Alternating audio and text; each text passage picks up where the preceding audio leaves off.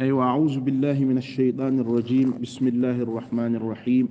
الحمد لله رب العالمين، والصلاة والسلام على أشرف الأنبياء والمرسلين سيدنا محمد وآله وصحبه ومن تبعهم بإحسان إلى يوم الدين. اللهم علمنا ما ينفعنا وانفعنا بما علمتنا وزدنا علما. سبحانك لا علم لنا إلا ما علمتنا إنك أنت العليم الحكيم. وعلمك ما لم تكن تعلم وكان فضل الله عليك عظيما. وعنده مفاتح الغيب لا يعلمها إلا هو، ويعلم ما في البر والبحر، وما تسقط من ورقة إلا يعلمها، ولا حبة في ظلمات الأرض ولا رطب ولا يابس إلا في كتاب مبين. إلهي فوضت الأمور جميعها إليك فدبرها بما شئت والدفي، وسلمني اللهم يا ربي واحمني، وخذ بيدي وامن وجد وتعطفي. ثم أما بعد. bandiraɓe tedduɓe heeɗiɓe, eɗen puɗɗo jangude deftere nahwu wiyetende manzumatu shabrawi. manzumatu ko yimande, ashabrawi ko shabrawi ko nisbatun ila shubra al khima, ko gando mawɗo ene wiye abdallahi shabrawi. al imam abdallahi shabrawi kañum wonno mawɗo azhar. abdallah shabrawi woni mawɗo azhar. o woni mawɗo azhar omo yaare duuɓi 35. azhar fof suɓimo waɗimo mawɗo. o heddi e place makko duuɓi 45. o maayi omo yaare duuɓi 80. o woni mawɗo azhar omo yaare duuɓi 35. o heddi e place he ko cheikhul azhari. cheikhul azhar woni daɗɗo misra fof. aduna allah fof misra ɓuri gandal. daɗɗo azhar fof kanko woni mawɗo fof. o jooɗima hen omo yaare duuɓi 35. o woni hen ha o dañi duuɓi 80. o heɓi ko hay goto adakimo heɓde. ala fof meɗɗo wonde cheikhul azhar ene yaare duuɓi 35. o woni hen kadi dumunna duuɓi 45. ala fof meɗɗo jooɗade e jappere nde duuɓi 45. on waɗi deftere nde. holko haalata e deftere nde? o haalata e deftere nde ko gandal nahwu. nahwu arabeɓe no wayi yimɓe cikkata ko nahwu ene tiiɗi, kono nahwu tiiɗani. nahwu ko hunde weɓde ha no feewi, en kaali ɗum ɗon. joni kanko o yiili nahwu o fof bi tafsili. o yimi ɗum e baytuji 50. ko waɗa alfiya ene yima baytuji ujunere ko, o eti fof o rendini ɗum e nder baytuji 50. ma o wi meɗen ya ɗaliban nahwi khuz minni qawaidahu manzumatan jumlatan min ahsani ljumali fi dimni 50 baytan in anta atqantaha hanat masailuhu alayka min gayri tadwilin wala malali fi dimni 50 baytan. nder baytuji 50.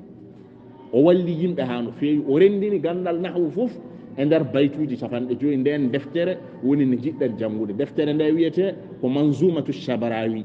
manzumatu shabrawi fi ilmi nahwi. ko imamu shabrawi yuɓɓi e gandal nahwu. o rendini nahwu fof e baytuji 50. o ɓeydi hen ko jimol gotol tan. o du'ani hoore makko to wattande to. nde allah walli meɗen joɗɗen azhar eɗen jangina nde, ƴettuɗen manzumatu o no wayi yodde ni, mbaɗɗen hen sharha mo mbaɗɗen hen o innirɗen ɗum hidayatul rawi li sharhi manzumati shabrawi. anduɓe ene mbiya iqra il kitaba min awwalihi. saɗa janga deftere, jangata deftere ko gila to nde fuɗɗoto to. deftere holto fuɗɗorto ngaro muɗum. wona somi udditinde mi naati nder to de. deftere nde ko ngaro mayre. min kam ko jogormi jangude taw nafaisul ibari. min kam ko jogormi jangude sharhu uqudil jumani.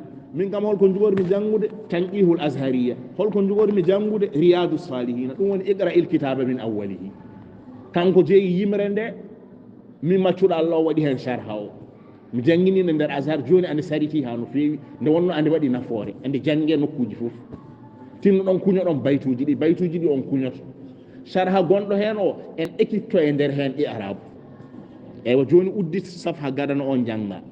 khutba o to woni muqaddimatu sharih. accu baytuji ɗi. jaa yeeso. jaa yeeso.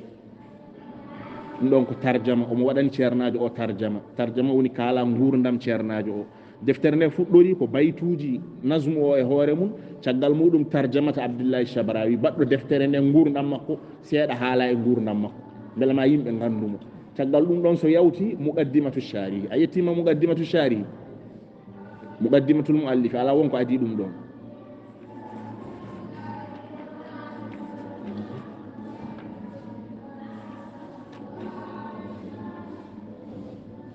مقدمة الشارح هون فوت صفحة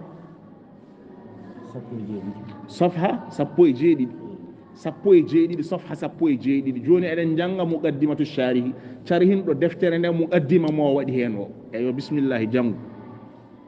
أعوذ بالله من الشيطان الرجيم بسم الله الرحمن الرحيم وصلى الله على سيدنا محمد وعلى آله وأصحابه وعلى آله وأصحابه ومن تبعهم بإحسان إلى يوم الدين. ثم أما بعد قال المصنف رحمه الله تعالى ونفعنا به في الدارين آمين. مقدمة هاي رحمه الله كأوريم وحفظه الله تعالى وسوى ما يدتو حفظه الله تعالى مقدمة الشارح مقدمة شرحه أو دفتر الحمد لله ويتي الله نونو كلا كو فودراك يتغول الله كو ميري دum annabi haali dum don alhamdulillah allazi on allah mo ganduda tartafi'u mo ene hunco nahwahu fewde e mudum al akufu nebbe dum do wiyete ko bara'atul istihlal woni gadda e fuddode haala mada ko ene tinnina ko jogorda haalde ko hoko jogorden haalde ko rafu wana eden kala rafu hoko firti rafu lughatan diddu sufli rafu ko fewde do wadde alhamdulillah dendengal jettoje godani allah allazi on allah tartafi mo ene hunco rafu ko halama nahwahu fewde e mudum nahwu e hore mun halama nahwu firtata e demgal ko fewde ene jogi firoji nahwu fewde tartafi ene hunco nahwahu fewde makko al akufu nebbe juude fo ene kunco fewde Allah listimdari sibi ulnade e jippininde rahmatihi yurmede makko wa ihsanihi e mojjere makko alhamdulillah dennengal jettoje godani Allah allazi on Allah tartafi mo ene hunco nahwahu fewde e mudum al akufu nebbe jam'u kaffin listimdari sibi jippininade e ulnade rahmatihi yurmede makko wa ihsanihi e mojjere makko fani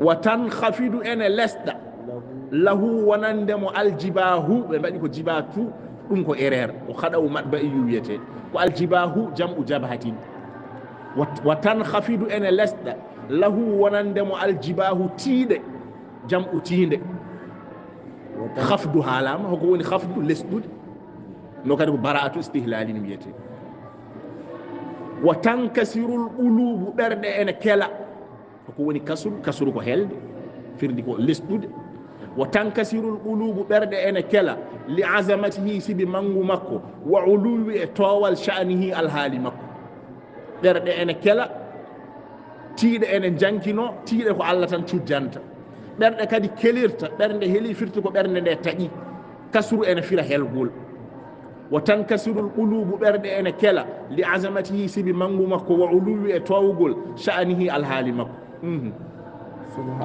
سبحانه سنار ودنيم هو الله كان كوني الله الفاعل بدو وانا فاعل نيكو دن جانغو دو فيرتي فاعل دنgal arabe be bado umiyete ko bara'atu istihlal هو الله الفاعل كان كوني بدو المختار cubotodo kanko tan suboto o wada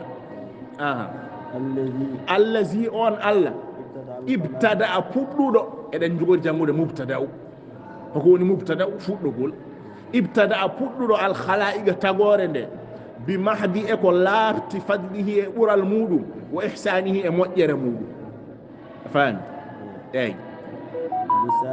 lisanu ko mubtada lisanu demgal hali al kainati windere nde mu'ribatun ena labbina an jamali ga jonnam sun'ihi ligge makko wa itqanihi en ngenugol makko lisanu hal eden jogel jangude hal lisanul hali ko jiya e hunde paama hen hunde sa ƴeewi kainatuji di Allah tagi di gedede Allah tagi de lisanu al hali majje ene tindina wonde jomiraado kala ko fewni ene yodi ala fof ko Allah fewni ko yodani ko fewni fo ene ñeñɗi ala ko fo fewni ko ñeñɗani ɗum ɗo fof ko bara'atul istihlali wiyete faami lisanu ɗemgal haali alhaali eɗen jogori janngude haal alkainatu mu'ribatun eɗen jogori janngude i'rab mu'ribatun ene laɓɓina an jamali sun'ihi ga jonnam ligge makko wa itqanihi e ñeeñnugol makko aha wassalatu juulɗeele wassalamu e kisal ala man e dow on nelaɗo Allah imtaza cuɓaɗo ɗum ɗon kadi ko mabasu e nahu eɗen jogori janngude tamyisu faltede hoko woni imtaza mo imtaza on paltaɗo mo Allah falti alal alamina Allah suɓori momo e dow wen dennegal windere nde bi quwwati e sembiɗgol burhanihi dalil makko wa bayani e feeñgol lisanihi ɗemgal makko ko haalata ko sa heɗima tan a annan ko nelaɗo Allah huwa allazi ko annabi woni mo ganduɗa nasaba o darni eɗen jogori janngude nasbu hoko woni nasbu ko foccugol istiqamatu lugata annabi focci rayati dini darapoji woni desal diine o focci rayati dini aliyatan ene towi wa kasara o heli husuna al kufri kasru halama kadi kasru ko helde wa kasara o heli husuna sangeji woni tataji al kufri keferagal bi jundihi e konuji makko o fursanihi e jambareɓe makko ɗum ɗo fof ko baratu istihlali aha wa ala alihi e koreji makko wa sahbihi e sahabaɓe makko wa manin jarra e kala on daasiɗo jarru ne jogori haalede hoko woni jarru ko dasugol wa manin jarra e kala on daasiɗo woni on ɗoftaniɗo ila manhajihi fewde lawol makko wan dafa laafa eɗen jogori haalde mudafu wan dafa jomum laafa woni jomum takki ila aqranihi fewde e wondiɓe makko woni wondiɓe nelaɗo Allah sallallahu alayhi wa sallam wa ba'du caggal yettude Allah e julde e nelaɗo Allah sallallahu alayhi wa sallam fa yaqulu al abdul faqiru maccuɗo kato jinɗo ene wiya ila rahmati mawlahu al ghaniyul kabir abu muhammadin muaz ahmad umar muhammad ɗum woni inde makko al afriqi ko africain ko ɓalejo al fullani ko pullo al mali ko mali o jeeya الشهير اللولي تو عربي بتو بإبراهيم أحمد عمر بينما إبراهيم المالي كان الله له وجه المسلمين هذه دم دوكو جيدا دوكو توضيحات كو لابينغول بسيطة دبينغول وتعليقات تعليقات وني شرحنا لس لطيفة النبي على منظومة يمره الشيخ تشيرناجو العالمي غاندو العارف بالله عارف بالله مولو الشيخ الجامع الازهر الشريف كان هو ونو تشيرنو ازهر الشريف السابق غديدو الامام او ويتيكو الامام عبد الله الشبراوي ني وني اندما الشافعي كو شافعي يانكي ند شيخ الازهر فودو ne fuddodi ko maliki yankobe jeedido ngadimo ko maliki yankobe gadana o ko malik ɗiɗaɓo o ko malik tataɓo o ko malik nde yettimo kanko battowo jeeɗiɗo wonde maayi nde ɓe jiiɗi suɓade ceernajo nde ɓe kollani leñamago malikiyankoɓe ɓe mbino mbawno wiide ko malikiyanki tan arata kono ala ɗum ala e l'islam leñamago moƴƴani e l'islam mazhabuji ɗi goto fof teddinan goɗɗo o ɓe mbi an ka shafa'iyu kono an dañi amin gandal wadde an gona cheikhul jami il azhari o waɗa cheikhul jami il azhar omo yaare duuɓi 95 rahimahullahu ta'ala yalla yurmomo wada'tuha mi waɗi deftere nde ko horam mbaɗan mi gati komi almudo e yiɗɓe am ƴaɓɓoɓe gandal ɗaɓɓoɓe gandal min abna'il jami'il azhari sharif ɓiɓɓe azharu sharif to janginannomi ɗo sa'ilan illaha ta'ala mbiɗi ñaagui Allah at tawfiqa yo hawridinami tawfiqu wal ismata o renami wal qabula o jaɓanami gollal ngal hunde fof ko tawfiqu ɓuuri moƴƴude iza lam yakun awnun min allahi lil fata fa awwalu ma yajni alayhi ijtihaduhu so Allah wallani ala fof ko gasata nden no eɗen ñaagui Allah tawfiqu wal ismata eɗen ñaagui Allah yalla ren meɗen Allah waɗanima tawfiqu Allah renima wal qabula eɗen ñaagui Allah yalla jaɓan meɗen ko golluɗa ko fof ma Allah jaɓa so Allah jaɓani ko mere jonnon omo haala mustalahu makko e nder deftere nde mushiran mbeɗi jooforo yani kala nde mbimi yani ila sharhi ila sharhi koko carhinanmi ko kala nde mbimi yani ko sharha mo gaddanmi o wa bi qawli kala nde mbimi wa'lam kala nde mbimi wa'lam ila ta'liqati koko ɓeydume sharha ko haali e nasmu ko ɗum mi sharhinan ɗum so mi ɓeydi hen hunde wonde mi wiya wa'lam o tindinta ko min ɓeydi hen ɗum ɗon walistidrakati e geɗe ɗe keɓɓitimi geɗe ɗe o haalani somi heɓɓitima mbiyammi ko wa'lam wa bi qawli fa qawluhu kala to mbimi fa qawluhu ila i'rabil abiyati mi arbo baytuji ɗi nden noon ko geɗe tati woni hen mi sharhina ko haali ko mi ɓeyda hen seeɗa mi arbo jimol ngol o addi ngol ɗeɗo geɗe tati woni sharhu o mu'tamidan mbeɗi woni tuugiɗo kala ko kalme deftere nde tuugimi ala khatimatin muhaqqiqina ko timmode haƙoqinɓe gandal الشيخ محمد محي الدين عبد الحميد oɗo woni ceerno mum seeremɓe amin minen min janggani e makko kono min tawi toon almuɓe makko الشيخ مصطفى عمران min jangge muɗum rahimahullahu taala on ko almudo makko on joɗodima e makko on ko almudo makko min janggani e makko kanko Muhyi Dini deftere jangaten ɗo e ɗo fof kanko waɗi a jurrumiya mo mbarɗen joni o tuhma saniya kanko waɗi tanqihil azhariya mo jangaten o kanko waɗi nden noon min sharham o fof tugotomi koye Muhyi Dini Abdul Hamid mu'tamidan mbeɗi woni tuugiɗo fi kulli ma aqulu kala ko mbeɗi haala ala khatimati e timmode almuhaqqiqina haƙoqinɓe gandal a cheikh ceernajo Mouhammad Muhyi Dini biyeteɗo Mouhammad Muhyi Dini Abdul Hamid rahimahullahu taala wallahu alhaadi allah woni pewnowo yalla fewnu en bi mannihi e moƴƴere muɗum wa karamihi e teddengal muɗum ila sawa'i sabili e lawol poccingol wa huwa hasbi allah woni keƴowomi wa ni'mal wakilu taari keƴowo allah woni keƴowomi taari keƴowo ɗum ɗo woni fuɗɗode deftere nde joni ruttito caggal gadda nasmu o ƴetten toon baytuji tati ñande fof janggen baytuji tati addu nasmu o haala albabul awwalu damal arwani wal ngal fil kalami koye haala wama yata'allafu minhu